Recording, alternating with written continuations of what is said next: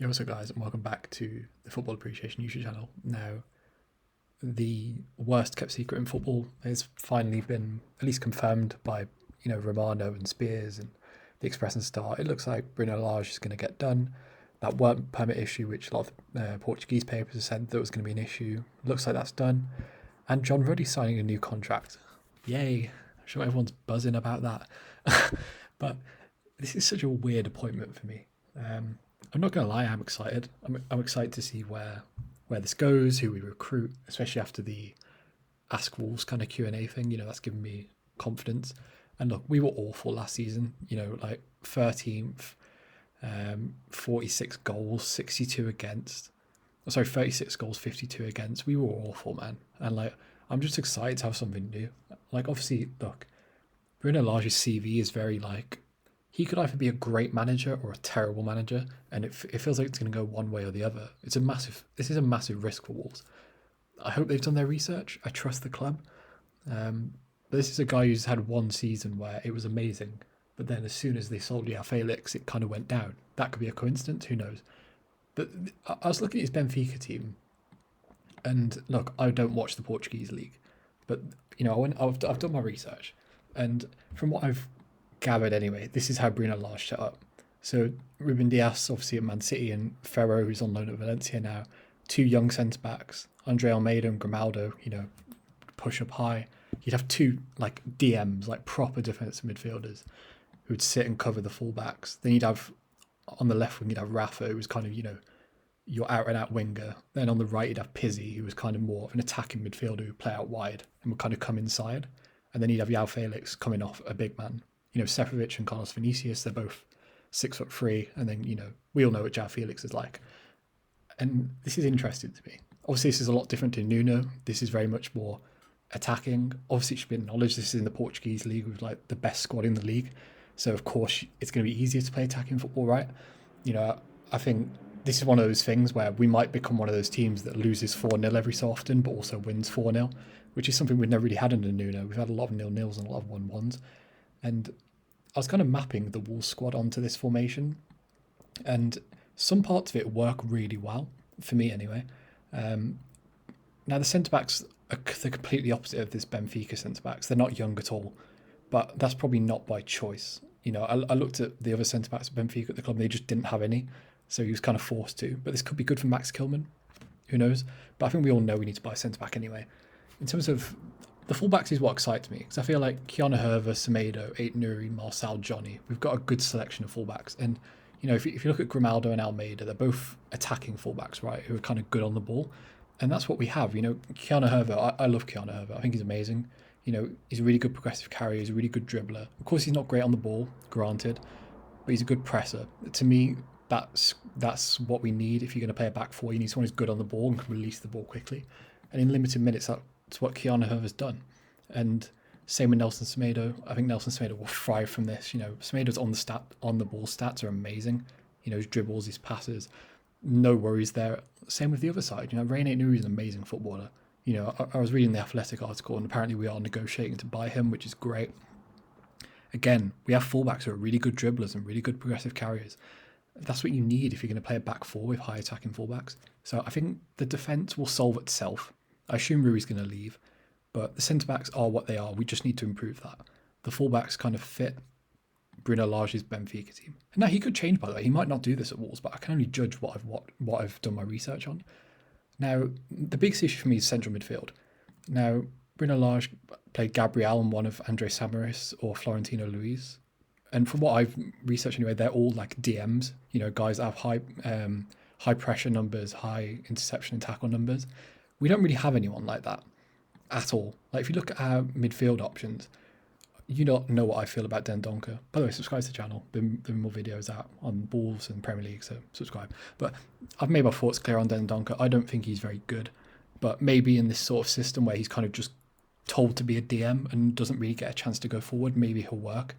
But he's never really put up good tackle and interception or pressures numbers, so that kind of worries me. Neves will be fine in that role. I think we can all agree with that.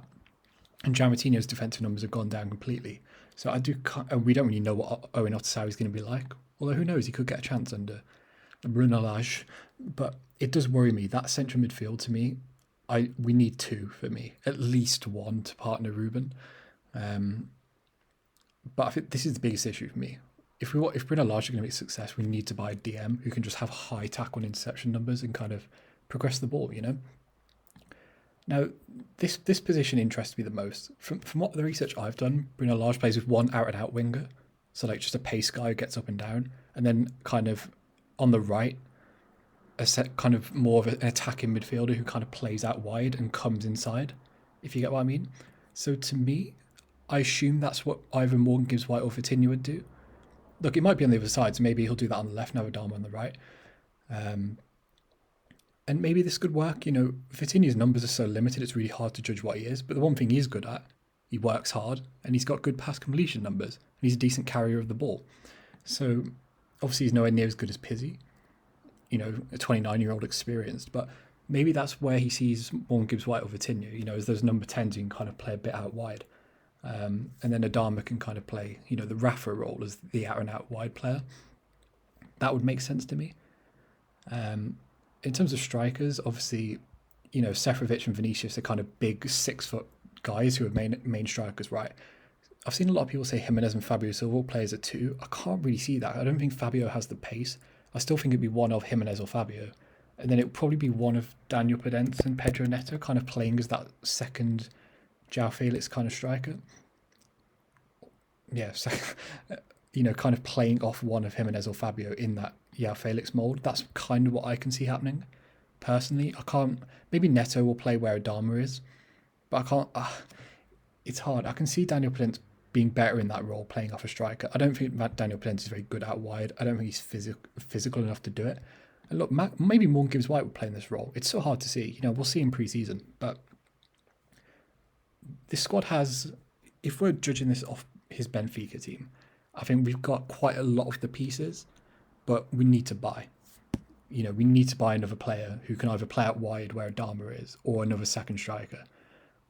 And we still need to buy Neri or Vitinha. We need another central midfielder. And we probably need another centre-back. And Rui might be leaving, so we need another goalkeeper.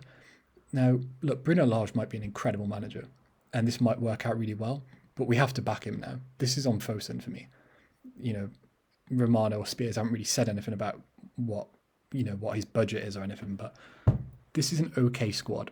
But there's clear holes in this where, assuming Bruno Lage does what he does at Benfica, he needs to get backed. And there needs to be a clear plan from the club about how we're going to move forward. I think the fullbacks,